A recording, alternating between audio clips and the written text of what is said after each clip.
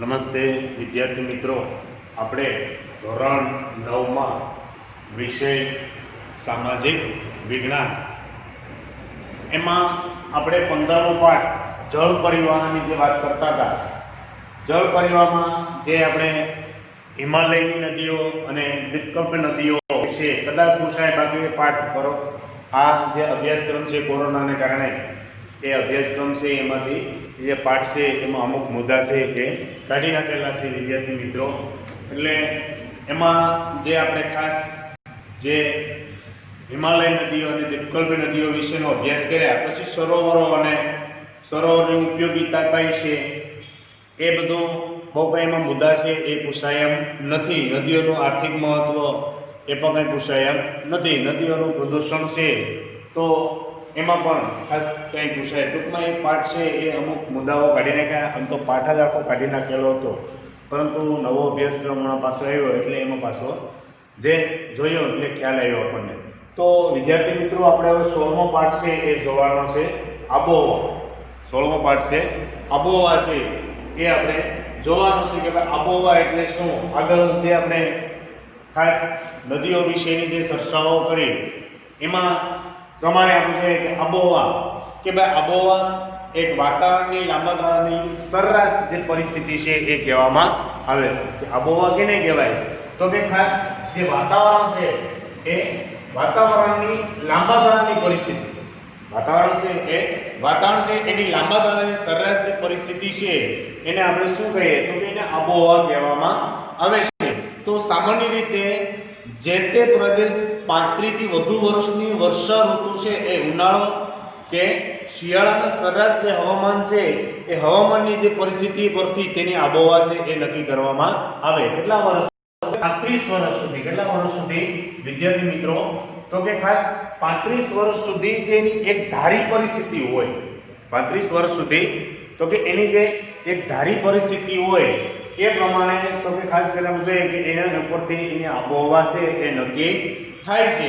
તો ટૂંકમાં આબોહવા એ ઘણા વર્ષની લાંબા ગાળાની હવામાનની જે વિવિધ પરિસ્થિતિઓનો સરેરાશ કહેવામાં આવે છે. જેમ આગળ આપણે વાત કરી કે ભાઈ 35 વર્ષ છે એનાથી વધુ વર્ષોની વર્ષા ઋતુ, ઉનાળો હોય કે શિયાળો હોય કે ખાસ કરીને જોઈએ કે ઉનાળો વર્ષા ઋતુ હોય, ઉનાળો હોય કે શિયાળો હોય, આ ત્રણેય ઋતુઓ છે એક ધારી 35 વર્ષ સુધી જે અનુભવાતી હોય અને ત્યારે એને આપણે આબોહવા કહેવાય. તો હવામાન એક વાતાવરણની ટૂંકા સમયગાળાની સરેરાશ પરિસ્થિતિ છે. હવામાન શું છે? સામાન્ય પૂછે કે આબોહવા છે અથવા તો હવામાન. તો આ રીતે પૂછે કે હવામાન કેને કહેવામાં આવે છે તો કે ભાઈ ખાસ કરીને કે હવામાન એક વાતાવરણ છે કે વાતાવરણના ટૂંકા સમયગાળાની સરેરાશ પરિસ્થિતિ છે કે દિવસ દરમિયાન કોઈ પણ સમયે હવામાન છે એ બદલી શકે છે. કે ભાઈ દિવસ દરમિયાન આપણે જોઈએ કે હવામાન છે એમાં બદલાવ આવે. સવારનું હવામાન કેવું હોય, બપોર પછીનું હવામાન કેવું હોય, તો દિવસ દરમિયાન આપણે જોઈએ કે ભાઈ હવામાન છે એમાં ઘણો બધો બદલાવ છે એ આવી શકે. એટલે હવામાન બદલાવાનો આધાર તો કે હવાનું તાપમાન. હવામાન જે બદલાવાનું છે એ આધાર શું તો કે ભાઈ ખાસ તો કે હવાનું તાપમાન, હવાનું દબાણ. હવાનું તાપમાન, હવાનું દબાણ, પછી ભેજ શું હોય છે એમાં તો કે ભેજ હોય, પછી વરસાદ શું હોય છે તો કે વરસાદ, પછી ધુમ્મસ શું હોય છે તો કે ધુમ્મસ કે વાદળનું પ્રમાણ. સતત તો કે વાદળછાયું શું જોવા મળે છે તો કે સતત વાદળ છે એ વાદળછાયું વાતાવરણ જોવા મળે. એટલે વાદળનું પ્રમાણ વગેરે ઉપર રહેલો કહેવામાં આવે કે અને આ બધા ઉપર આધાર રાખે છે. ખાસ જે હવામાન બદલાવાની પરિસ્થિતિ છે આ બધા ઉપર આધાર છે એ રાખે છે. આથી ખેતી, ખેત પ્રવૃત્તિ ઉપર હવામાનની ઘણી બધી અસર થાય છે. આને કારણે આપણે જોઈએ કે ભાઈ ખેતી છે એની ઉપર તો કે હવામાનની ઘણી બધી અસર થાય. કારણ કે ખેતી જે કરવા માટે હવામાન વધારે અનુકૂળ હોય. શિયાળામાં જ આપણે ઘઉં લઈ શકીએ, ઉનાળામાં લઈ શકતા નથી, કારણ કે એને હવામાન જ એ રીતે અનુકૂળ હોય. એટલે જ કીધું છે કે ખેતી પ્રવૃત્તિ ઉપર તો કે હવામાનની અસર છે એ ઘણી બધી થાય છે. એટલે ભારતીય હવામાનનું ખાતું સમગ્ર દેશમાં તો કે રોજે રોજનું ખાસ કરીને હવામાન દર્શાવતા જે નકશાઓ છે એ બહાર પાડે છે. અને ખાસ તો કે આપણું હવામાન ખાતાની કચેરી ક્યાં આવેલી છે તો કે દિલ્હીમાં આવેલી છે. ક્યાં આવેલી છે? આમ ગણીએ તો અત્યારે રાજધાની દિલ્હીમાં હવામાન ખાતાની જે કચેરી આવી છે અને ખાસ હવામાન વિશેની આગાહી છે, વરસાદ છે પડવાનો છે કે ઠંડી પડવાની છે કે તડકો પડવાનો છે, એ બધી માહિતી છે એ કોણ મોકલે છે? તો કે હવામાન વિભાગ દ્વારા આ બધી માહિતીઓ છે એ આપવામાં આવે છે. તો ભારત આબોહવામાં ઘણી વિવિધતાઓ અને વિલક્ષણતાઓ ધરાવે છે. ભારત જોઈએ તો કે ભાઈ ખાસ કરીને ભારત આબોહવાની વાત કરીએ આપણે, તો ભારત આબોહવામાં આપણે જોઈએ ભાઈ ઘણી બધી એવી વિવિધતાઓ અને વિલક્ષણાઓ છે એ લક્ષણતાઓ છે એ ધરાવે છે કે પૃથ્વી સપાટીના કેટલાક પ્રદેશોમાં, જે પૃથ્વીની સપાટી છે એ પૃથ્વીની સપાટીમાં કેટલાક પ્રદેશોમાં આપણે જોઈએ કે પવનની દિશા છે એ ઋતુ પ્રમાણે બદલાય છે. જે પવન છે એ પવનની દિશા ઋતુ પ્રમાણે, તમે જો ઉનાળાની ઋતુ હોય તો ઉનાળામાં પવન કઈ દિશામાંથી આવતો હોય છે, શિયાળાની ઋતુ હોય તો શિયાળામાં કઈ દિશામાંથી પવન આવતો હોય. આજે તમે જો શિયાળા મેજોરિટી ઠંડી પડે, એનું કારણ શું? તો કે મેજોરિટી એ પવનો ક્યાંથી આવે? તો કે ઉત્તરમાંથી આવે છે. ક્યાંથી આવે છે? તો કે ઉત્તરમાંથી એ પવનો આવે છે. એટલે ઉત્તરમાંથી આવતા પવનો છે એને કારણે આપણે જોઈએ કે વધારે તો કે કાતિલ ઠંડી છે એનો અનુભવ છે એ થતો હોય છે. જ્યારે ઉનાળા તમે જો તો કે ભાઈ મેજોરિટી પવનો છે એ ક્યાંથી આવતા હોય છે? તો કે સમુદ્ર ઉપરથી આવતા હોય છે પવનો, કોઈ એવા રણ વિસ્તારોમાંથી આવતા હોય છે પવનો. તો એવી પરિસ્થિતિમાં તો કે ગરમીનો અહેસાસ છે દરિયાકાંઠે ઓછો હોય, પછી એમ આગળ જતા ગરમીનો અહેસાસ છે એ વધારે થતો હોય છે. એટલે જ અહીં કીધું છે કે ખાસ તો કે દિશા અને ઋતુ પ્રમાણે બદલાય છે. એટલે આમ ઋતુ પ્રમાણે દિશા બદલાતા પવનોની મોસમી પવનો કહેવાય. પવનોને શું કહેવામાં આવે છે? એને તો કે ખાસ કરીને મોસમી પવનો. ખાસ તો કે અહીંયા શું કીધું આપણને? તો કે ખાસ કરીને આપણે જોઈએ તો કે ઋતુ પ્રમાણે દિશા આપણે જોઈએ કે બદલાતા જે પવનો છે એને તો કે એને મોસમી પવનો શું કહેવામાં આવે છે? એને વિદ્યાર્થી મિત્રો તો કે એને મોસમી પવનો છે એ કહેવામાં આવે. તો અહીંયા આપણે જોઈએ કે અરબી ભાષાનો મૂળ શબ્દ છે મોસી. અરબી ભાષાનો મૂળ શબ્દ કેવો છે? તો કે ભાઈ મોસી. આ અરબી ભાષામાં આપણે જોઈએ કે મૂળ શબ્દ કયો છે? તો કે મોસીમ છે. એટલે મોસી ઉપરથી આ પવનોને શું કહેવામાં આવે? તો કે મોસમી પવનો. શું કહેવામાં આવે છે એને? તો કે જે મોસમ ઉપરથી તો કે એને તો કે મોસમી પવનો શું કહેવામાં આવે છે એને? તો કે એને મોસમી પવનો છે એ એરેબિક શબ્દ છે. અને મોસમમાંથી જે આપણે કહીએ ને મોસમ, આપણે શું કહીએ? મોસમ. જે દાખલા તરીકે આપણે કહીએ કે ભાઈ ઘઉંની લણણી હોય કે કોઈ પણ પાકની લણણી હોય, મગફળીને લણણી કરવાની હોય તો એને શું કહીએ આપણે? મોસમ આવી. તો એમ અહીંયા તો કે મોસમી પવનો ઉપરથી જેને મોસમી છે ખાસ કરીને મોસમી અને એના ઉપરથી આ તો કે મોસમ છે એ શબ્દ પડેલો છે. તો આ રીતે આપણે જોઈએ કે એશિયા ખંડમાં ભારત છે, શ્રીલંકા છે, બાંગ્લાદેશ છે, પાકિસ્તાન અને મ્યાનમાર તો કે મોસમી આબોહવા અનુભવતા પ્રદેશો કહેવામાં આવે. તો ખાસ વિદ્યાર્થી મિત્રો આવો પ્રશ્નો છે એ પણ તમને પૂછી શકે કે ભારતમાં અથવા એશિયા ખંડમાં કયા કયા દેશો છે એ મોસમી પવનોના દેશો કહેવામાં આવે. તો ખાસ ધ્યાન રાખવાનું, ભારત છે, શ્રીલંકા છે, પાકિસ્તાન છે, બાંગ્લાદેશ છે, મ્યાનમાર છે, આ બધા દેશો છે એ તો કે ખાસ કરીને છે તો કે એ મોસમી પ્રદેશોના દેશો છે એ કહેવામાં આવે છે. તો અહીંયા આપણે જોઈએ કે હવે ઋતુ પરિવર્તન શું જોવાનું છે આપણે? તો કે ઋતુ પરિવર્તન.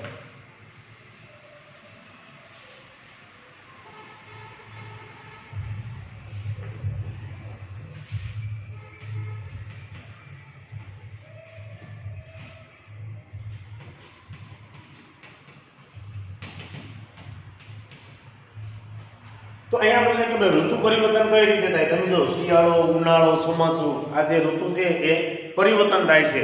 તો અહીંયા ઋતુ પરિવર્તનની આપણે વાત કરીએ તો ઋતુ પરિવર્તન મુખ્ય કારણ તો કે પૃથ્વીની આપણે જોઈએ કે પૃથ્વીનું સૂર્યની ચારે બાજુ તો કે પરિક્રમણ છે એ ઉપરાંત તો કે પૃથ્વીનું ધરીનું નમન છે એ પણ ભાગ છે એ ભજવે. કે અહીંયા શિયાળો, ઉનાળો, ચોમાસું આવે એનું કારણ શું? તો કે ખાસ કરીને જોઈએ તો કે પૃથ્વી છે એ સૂર્યનું શું કરે છે? તો કે પરિભ્રમણ કરે. સૂર્યનું શું કરે છે? તો કે પરિભ્રમણ. સૂર્ય છે એ ક્યારે ઉગતો નથી અને ક્યારે આથમતો નથી. એ પૃથ્વી પોતાની ધરી ઉપર ફરે છે. એટલે પૃથ્વીનો આપણે જોઈએ તો કે ખાસ કરીને આપણે જોઈએ તો કે જેમ પરિભ્રમણ થાય. બીજા નંબરમાં શું છે? તો કે ભાઈ પૃથ્વી છે એ ખાસ કરીને આપણે જોઈએ કે ધરીનું નમન છે. પૃથ્વીનું ધરીનું નમન છે. પૃથ્વી નમેલી છે એટલે ખાસ કરીને એ પૃથ્વી છે ધરી છે એનો ભાગ છે એ પણ ભજવે. એટલે પૃથ્વીની ધરી 23.5 નમેલી છે. પૃથ્વીની ધરી કેટલી નમેલી છે?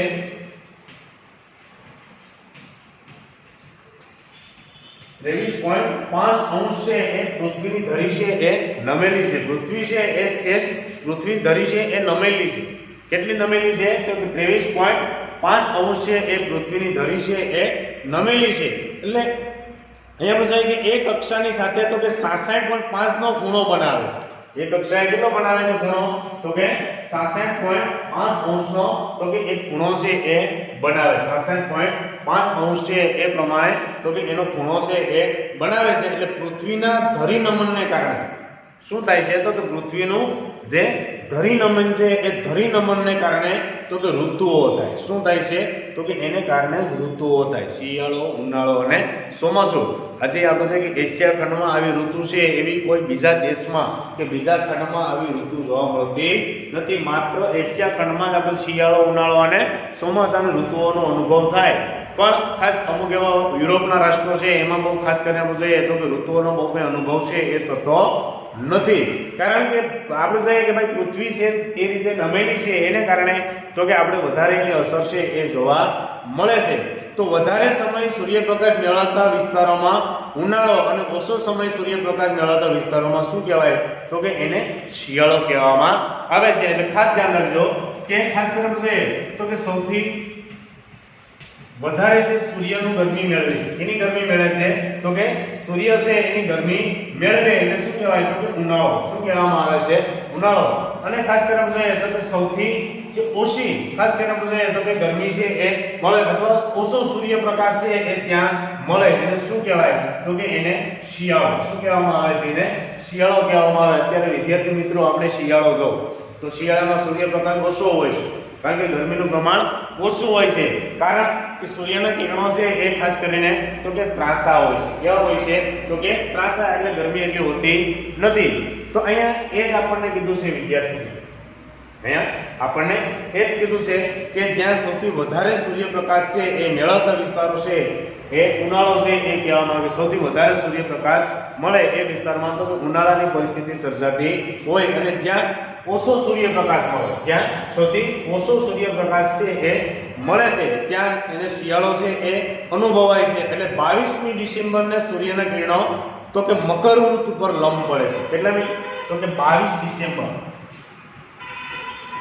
હમણાં ગયો ને આપણો 22 ડિસેમ્બર વિદ્યાર્થી મિત્રો, હમણાં જ આપણે 22 ડિસેમ્બર ગયો. તેથી કિરણો છે એ સૂર્યના કિરણો ક્યાં પડે છે? તો કે મકર ઋતુ પર. એની ઉપર પડે છે તો કે સૂર્યના કિરણો છે એ તો કે મકર ઋતુ પર પડે છે. એટલે આથી દક્ષિણ ગોળાર્ધમાં ઉનાળો મકર ઋતુ પર પડે. સામાન્ય આપણે જોઈએ કે સૂર્યના કિરણો છે એ મકર ઋતુ પર કેવા પડે છે? લંબ પડે. કેવા પડે છે? લંબ પડે. લંબ પડે મીન્સ કે સીધા પડે. લંબ પડે એટલે સીધા પડે. એને કારણે તો કે દક્ષિણ ગોળાર્ધ, ક્યાં ગોળાર્ધમાં? તો કે દક્ષિણ ગોળાર્ધમાં ઉનાળો. ક્યાં ગોળાર્ધમાં? દક્ષિણ ગોળાર્ધ. સામાન્ય આપણે જોઈએ કે આ રીતે ભારતનો પૃથ્વીનો નકશો જો તો વિદ્યાર્થી મિત્રો આ રીતે જે પૃથ્વીનો નકશો છે એ આવે.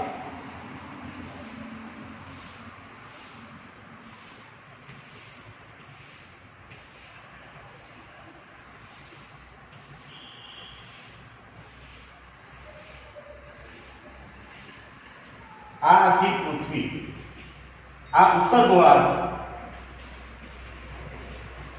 અને આ ભાગ છે દક્ષિણ ગોળાર્ધ.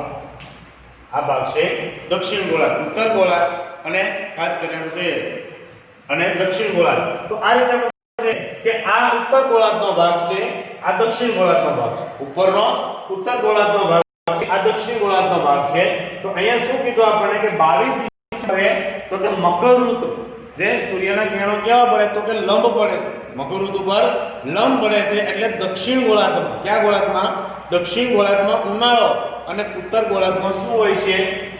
શિયાળો. ત્યારે આપણે હાલે ને ત્યારે તમે જો, કારણ કે આપણે બરોબર આ રીતે છે, આપણે ઉત્તર ગોળાર્ધમાં આવીએ આ રીતે આપણે જોઈએ કે ભારતનો નકશો આ રીતે આપણે જોઈએ કે ભારતનું સ્થાન અહીંયા આપેલું છે. ભારતનું સ્થાન અહીંયા આપેલું છે. તો એ પ્રમાણે તમે જો તો આપણે ક્યાં ગોળાર્ધમાં આવીએ? ઉત્તર પૂર્વ ગોળાર્ધ. ઉત્તર પૂર્વ, આ પૂર્વ ભાગ છે. આ કયો ભાગ છે? પૂર્વ. અને આ કયો ભાગ છે? તો કે પશ્ચિમ. આ કયો ભાગ છે? પશ્ચિમ.